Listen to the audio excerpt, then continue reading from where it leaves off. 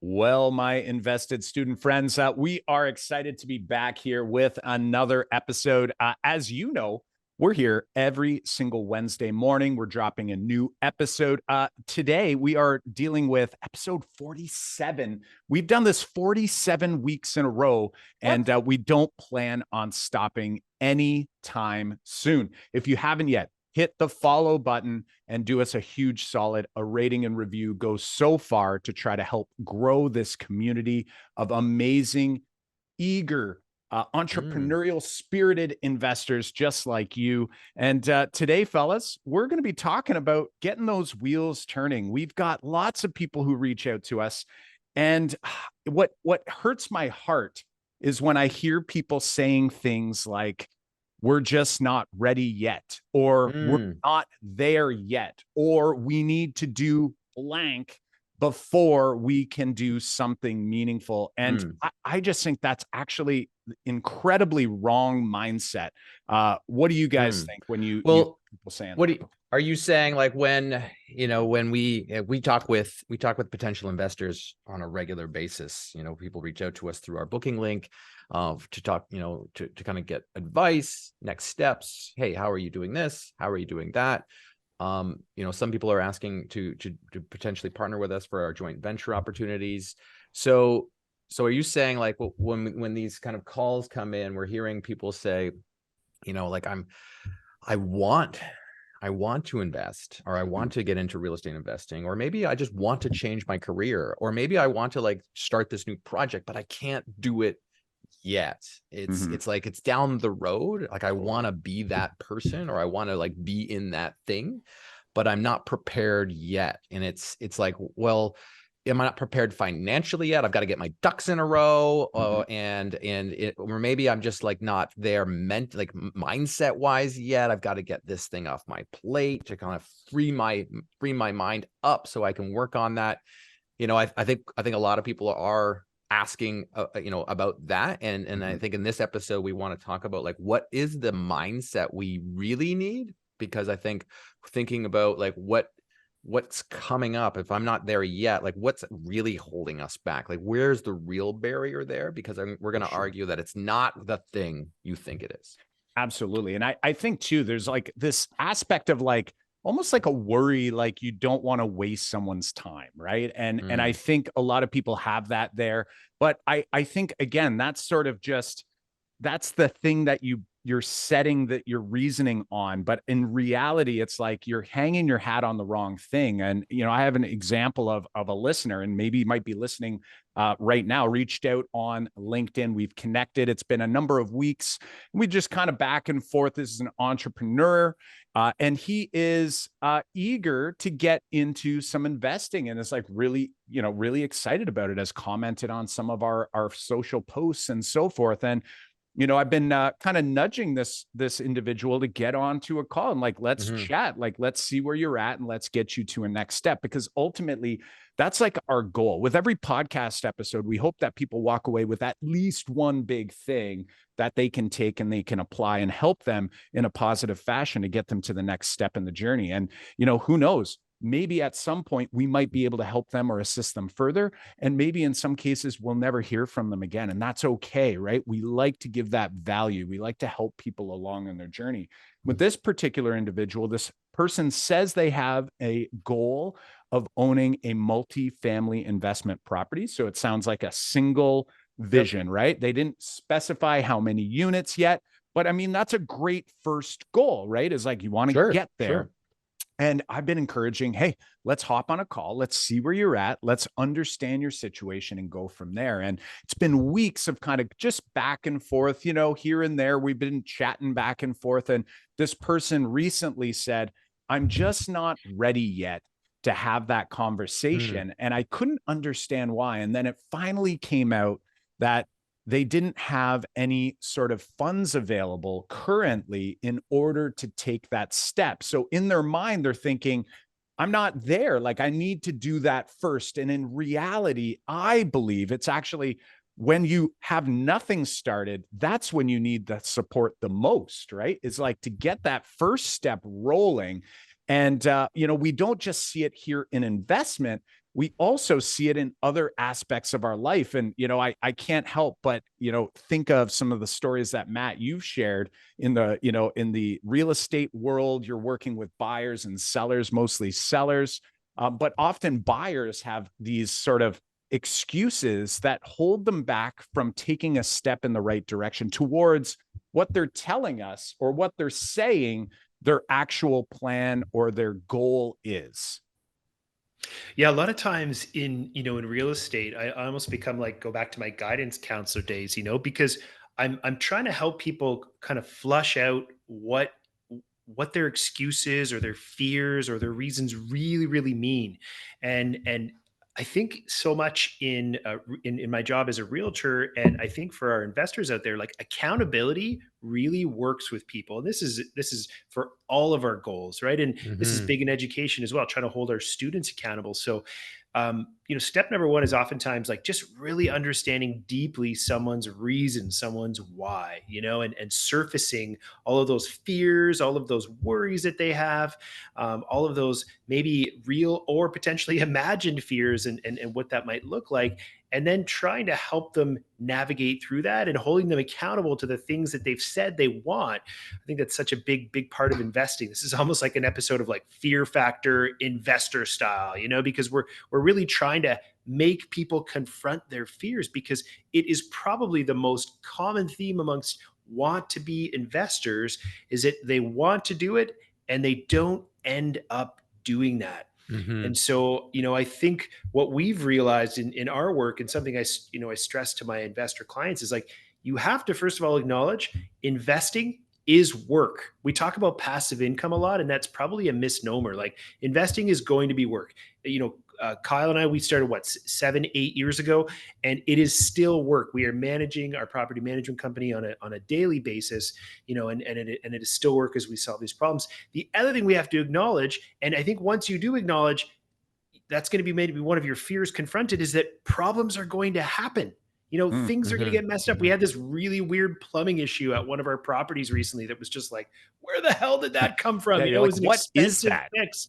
Yeah, how is this even happening, right? Yeah. Beyond any of our control. So problems are going to happen. And I think early on, the problems all felt like humongous and like we didn't know how to solve them. And now when the problems happen, it's just like, okay, what's the solution? How do we move this forward? And we accept that problems happen. So I think that acknowledging that it's work and acknowledging that Mm. problems are going to happen, and that's just part and parcel of it. I say that about home ownership for anyone, investor, non-investor. Like, Mhm. stuff is going to go wrong with your house, and it just happens. That's part of the responsibility of being a homeowner. So I think surfacing these fears and then having a partner, especially an experienced one, that can help you with that kind of accountability and moving you forward is ultimately what I think helps a lot of want to be investors have that breakthrough.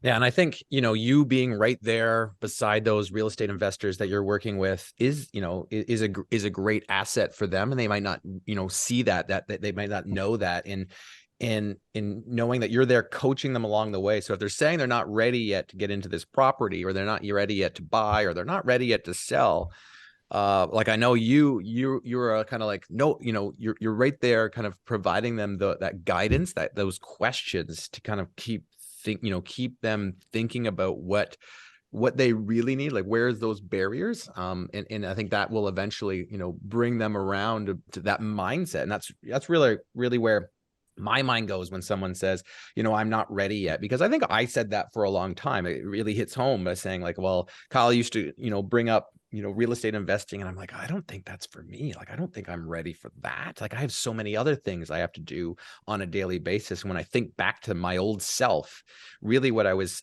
saying was like, I had a different identity. And then I think that's what helped me kind of go, hey, I'm actually, if you think about who you are, who you want to be, if you're writing a goal down to own, say, a multi-family property. And I did this. So I wrote that down somewhere, just like this individual did that Kyle's referencing.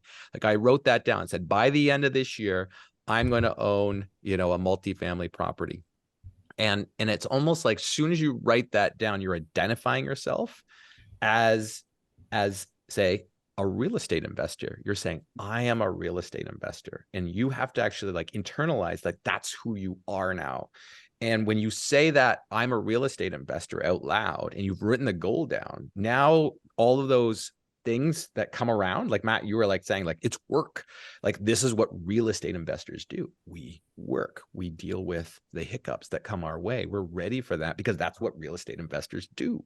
We have to be ready for that. So when you start to internalize the identity of who you now want to become, then all of those things that are coming at you seem so normal, right? Like, hey, that's what we do. That's what real estate investors do. Let me go find another real estate investor. Let me confirm, is that what we do? We're real estate investors. So I think, like, trying to say you're not ready yet, but the way to say you're ready, the way to like step down that pathway is first to identify of who you really want to be, like identify that personality, that persona, and accept that. And when you start to identify that you're that group of people, it's way easier for you to like accept all those things you thought were barriers.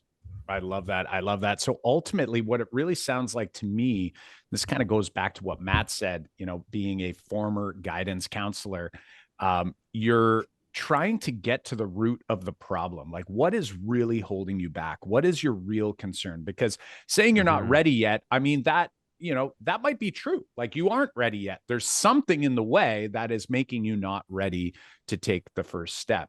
And really what we need to do is we need to identify, like, what is holding you back. So for this particular individual, you know, we'll talk a few scenarios here, and maybe you see yourself in some of these scenarios, and maybe you can take a next step based on what we share here. So for this particular individual I was chatting with on LinkedIn, we finally got down this path to understanding that, oh, his concern is that he doesn't have any seed money available. Okay, so that is a concern, but that is sort of the result of the issue, right? The result is he doesn't have seed money.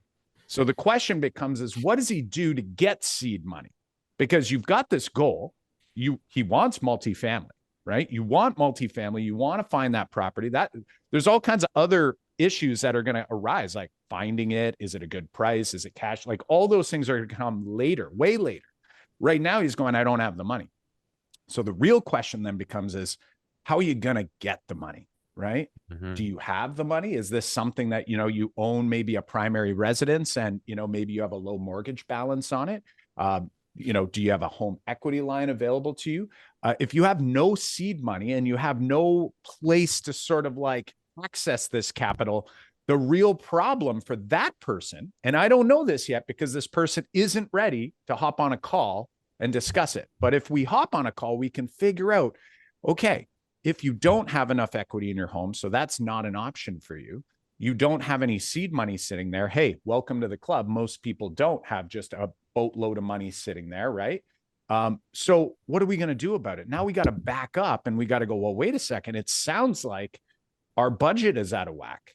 You've got this goal. We've talked about it on previous episodes. Your goal is to get this, but you have this current barrier. So unless you just suddenly work really hard, and this person's an entrepreneur, so that is possible. Like, that could be the goal, is like, I'm just going to grind. I'm just going to head down and grind. But I would argue that while you want to do that as well, try to supplement your income, you probably also want to start looking back to your budget. And you want to look at, what am I spending money on? What right now is more important to me in my life than that particular goal of owning a multifamily property? Right? Because John, you've said it on the podcast a number of times before. It's like, if it is a priority, then you will commit to doing it. Right?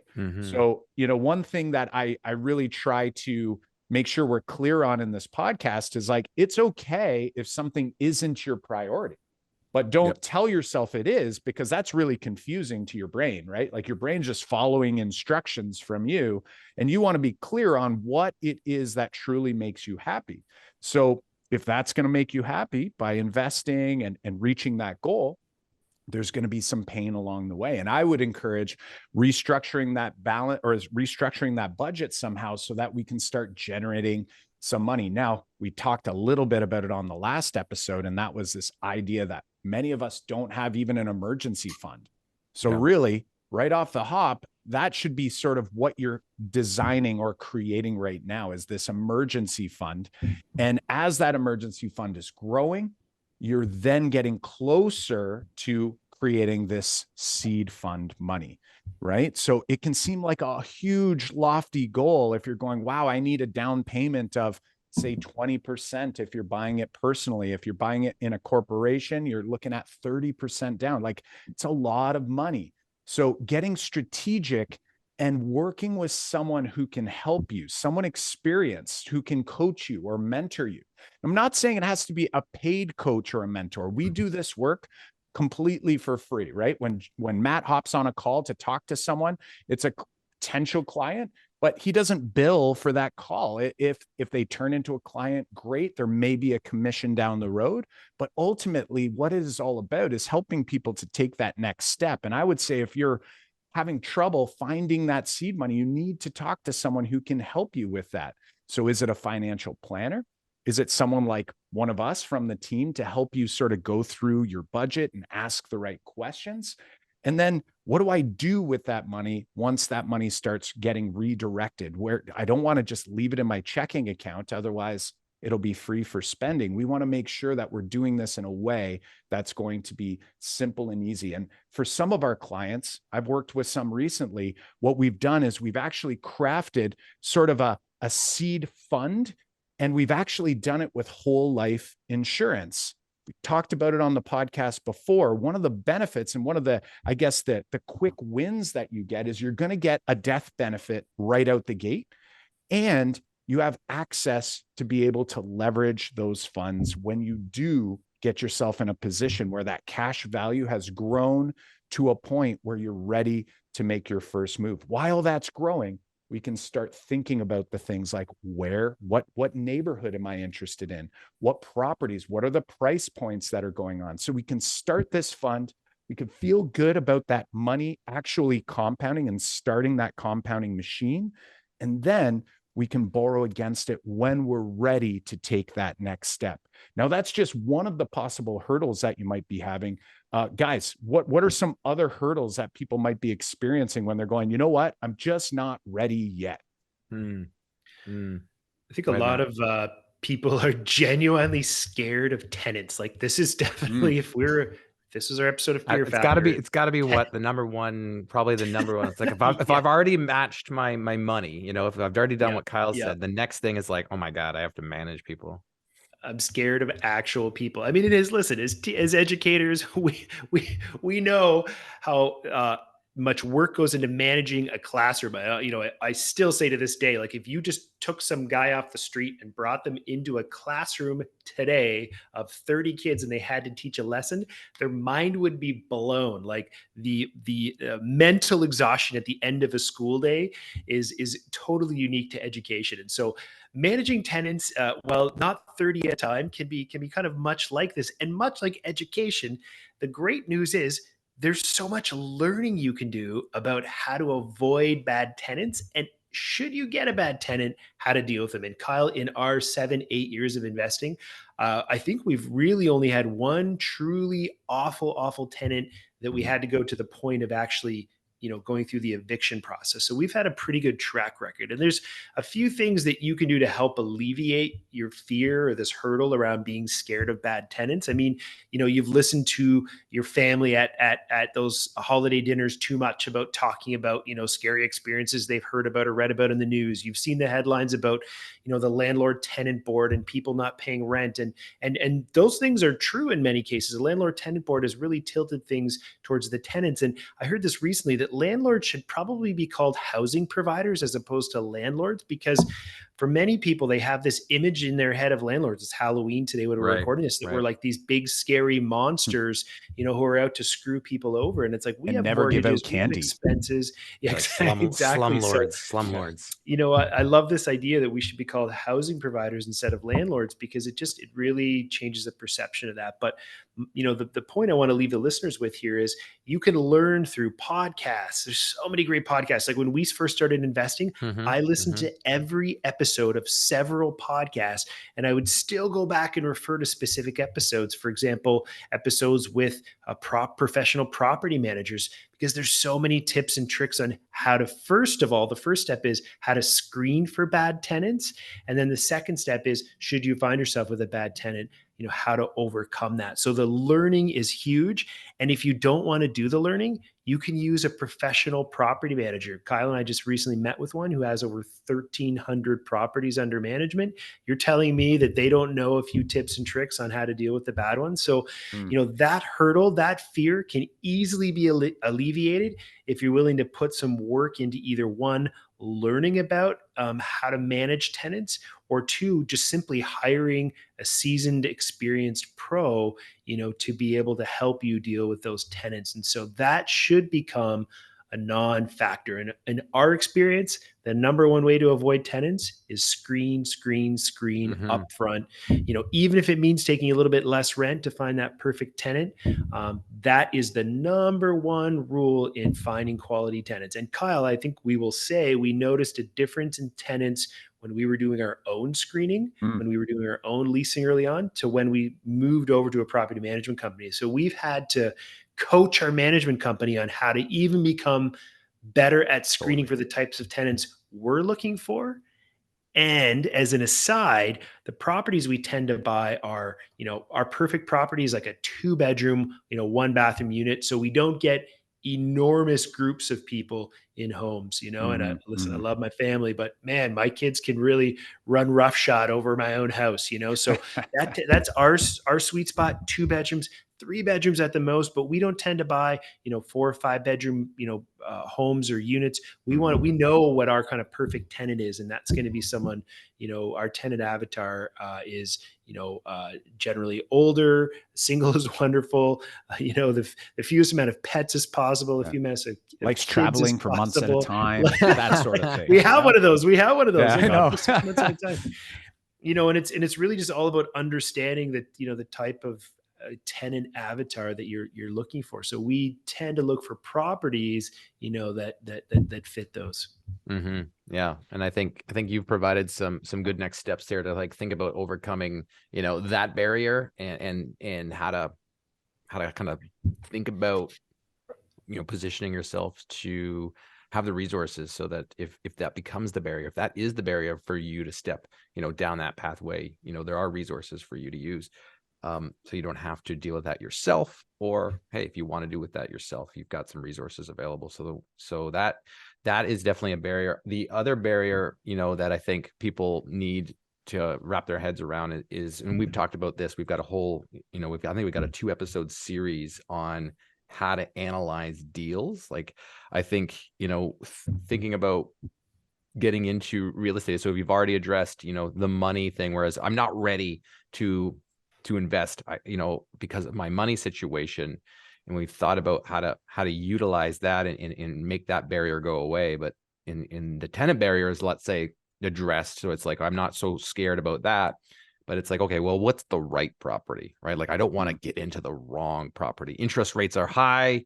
What about that? Are they going to go down? Should I do it now? Should I do it later? When's the right time? How do I look at the property? Like I said, we have got a couple episodes of how we look at properties.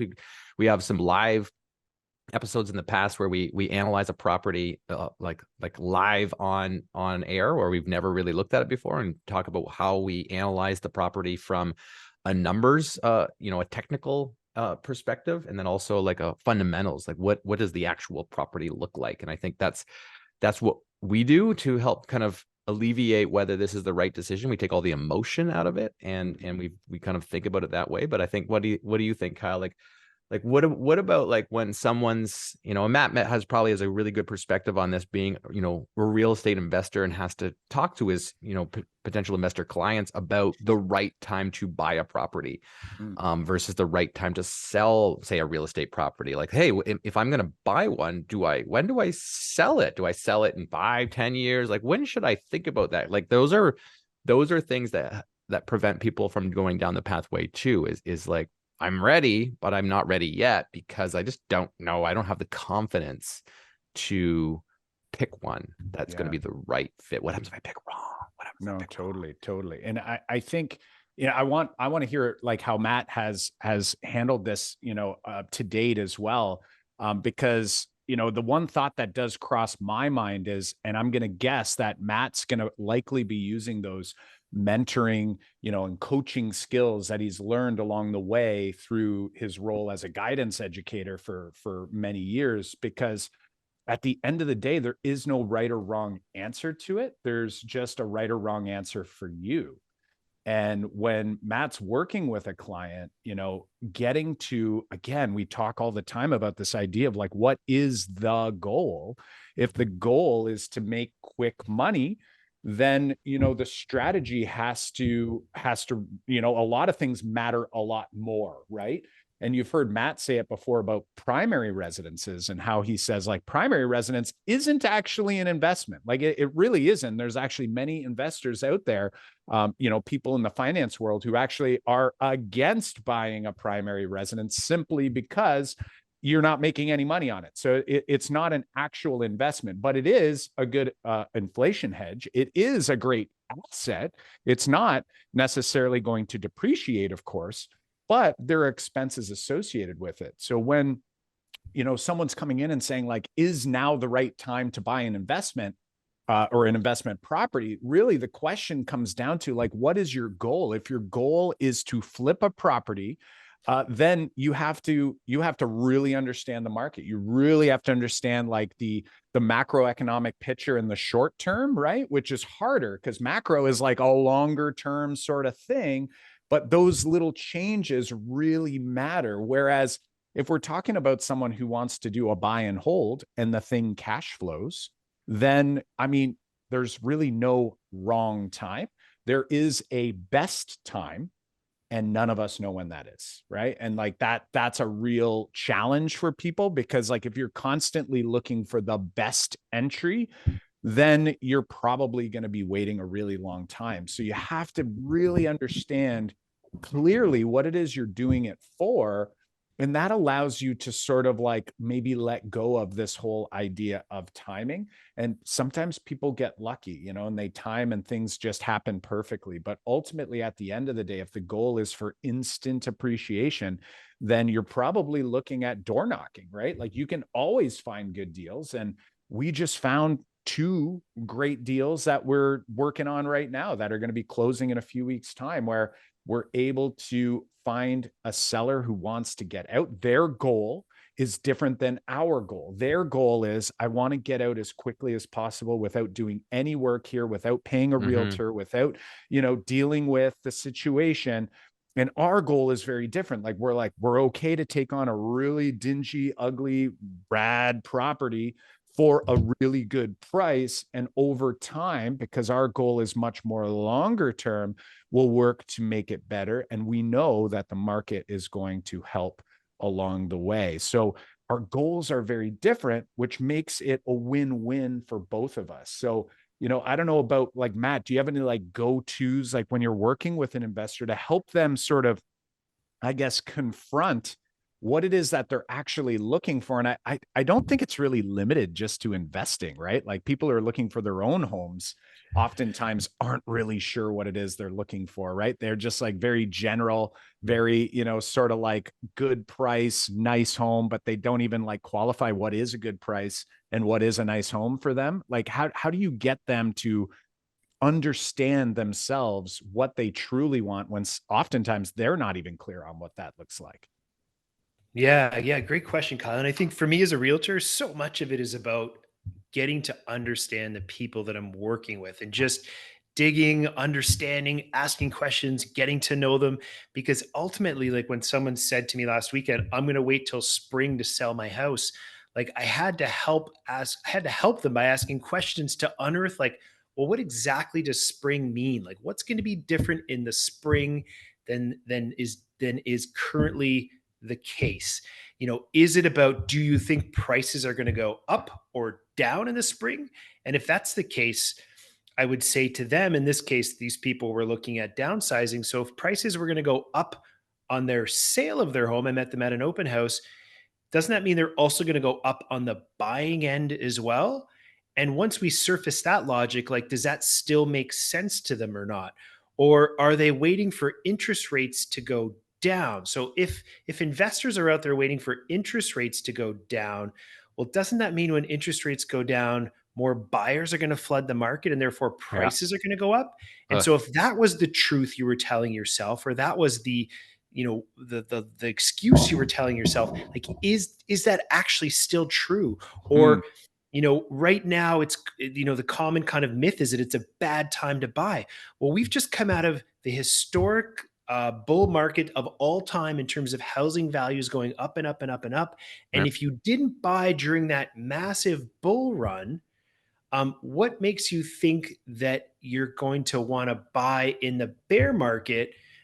When actually we would say, as Kyle just said, we've just picked up 3 doors, 2 properties in what people are calling a bear market. Like there's blood in the water. There is so much opportunity out there right now for people, but they're saying, interest rates are too high, or I'm going to wait. But I think the theme that keeps coming up over and over and over again is just getting really honest and really specific about what are you waiting for. We know it's impossible to time the market, and so if people are saying, I'm going to wait for the bottom, or conversely, I'm going to wait for the top, like that doesn't make any sense, because we never know that it's the bottom until it's already turned and started coming back up. We can look for indicators. The Bank of Canada, so we're in October 2023 right now. The Bank of Canada just held rates for a second month. There's some headlines from Tiff Macklin, from the Bank of Canada, suggesting interest rates might come down mid 2024. So once I start to see those headlines come out and we start to see maybe a shift in sentiment, that suggests to me that in 2024 we're going to see prices go up. Now, am I right? I have no idea, because during the past 3 years, all of the experts have proven themselves to be wrong, even the Bank of Canada themselves. So it's not about waiting for that bottom of the market. We're seeing some landlords that are just tired of being landlords, maybe landlords who got in during this bull run, who are like, whoa, this is work. Yes, it is work. Whoa. It's actually, we have to actually manage tenants, manage people. I don't want to do this anymore, And so we're finding people are coming to us, and this is part of being active in investing. People have sought us out to say, hey, I've got this property, I've got this opportunity. Are you guys interested? And if you're telling yourself that now's a bad time, you might have said, no. And we're people are bringing opportunities to us now because they know we're investors. Even though I'm a realtor, we have found these 2 opportunities off market, right? From networking and from people coming to us, knowing we're in this space and we are bringing solutions to fix their perceived problems. Right. Yeah. And it reminds me, like when you're saying, when is the right time, and people who are shying away from, looking for purchases right now, it reminds me of, that Warren Buffett phrase that, he's thinking about stock market, but it's any market, right? It's like buying when people are fearful and selling when people are greedy, like thinking about like, everyone's afraid right now to get in the market, but it's like, this is the prime time to get in, because there are, like you said, Matt, there are great deals out there to be had. And it's just thinking about when is the right time for you. And I think we've given a lot of great suggestions today in this episode about, stop saying that it's not the right time. If you are, if you're making that goal, then it is the right time. And you just got to like identify that you're going to do it. And you identify that that's the thing you want.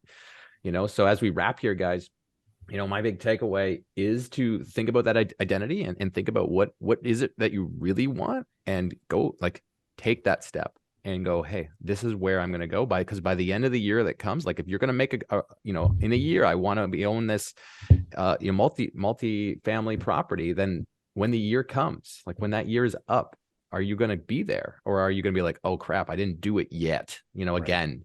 And that's my big takeaway is to you have to just go, you have to just do it, and then accept that it's going to be work, and you're like, I'm ready for it, because that's what we do, that's what I do. And so that's my big takeaway, guys. What about you?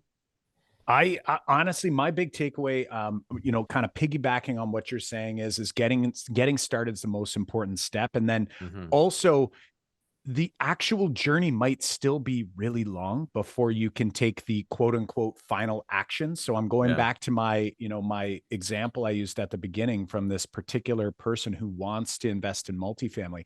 It might still be years away from that goal happening, but the longer he waits to start, the longer it's going to be, if maybe ever, that he'll get closer to that goal. So figure out who is it that will help you take the first step. So for that particular individual, I'd say it's like pretty easy. It's like, I've offered support.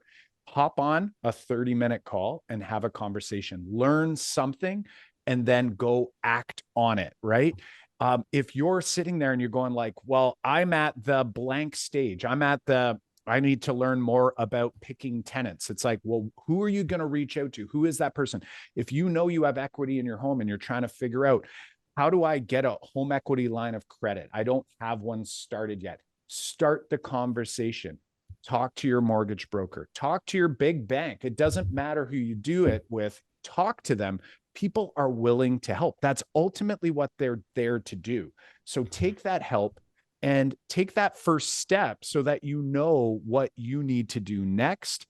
Because if you just say, I'm not ready yet, I bet a year from now, 5 years from now, maybe 10 years from now, you might still be saying the same thing. And, God help us if you are in the exact same spot because you haven't taken the help or support of someone who is a specialist in the particular industry where you are in the journey. So make sure you take that advice and hop on a call. You will learn something, and they will not be upset with you for quote unquote wasting their time because you're not ready to act yet. Great advice, guys. Great advice. I think for me, my big takeaway is for people to commit to getting specific and honest with themselves. Understand what your hurdles are. Be upfront about those. The beautiful thing about this real estate investing space is there's so much shared experience out there and so much shared expertise. Trust me, whatever your hurdle is, other people have had it before, and you need to embrace being coached or having someone hold you to account. Listen, if the pros need coaches, then we could certainly use them as well. Hey guys, I want to thank both of you for hanging out with me today and talking about all of this on the podcast. And we want to thank you. You know who you are. You're listening right now. We want to thank you for listening to us here on our podcast. Like what Kyle said at the top of the episode, we're meeting every single week, talking about real estate investing, talking about finance, so that you're better prepared, that you can make that decision and or get help along the way on those decisions that you're making for your future. So we want to thank you. And if you have not yet already, please leave us a rating and review on your podcast platform. Also share the podcast with your friends and family. We're trying to make a difference in, personal finance and also building wealth. So please share that away as much as possible, and we'll do that together. Who are you going to reach out for a little bit of assistance on that next step? Maybe it's someone maybe it's someone you've worked with before, or hey, maybe you want to hop on with us and have a quick chat. We're here to encourage you. We're here to support you in taking the next step. I've met with 3 different invested students over the last couple of days, and we talked about very different things. We talked about one who's interested in a joint venture opportunity, another one who's sort of stuck trying to get that seed money going, and we were chatting about some strategies that might make sense there. And another one was looking at how do they set up, or should they set up, a corporate structure given the real estate deals that they currently have. They own properties personally. And the question is like, do I start a corporation? When do I start it? And with all 3 scenarios, they all walked away with something new that they've learned.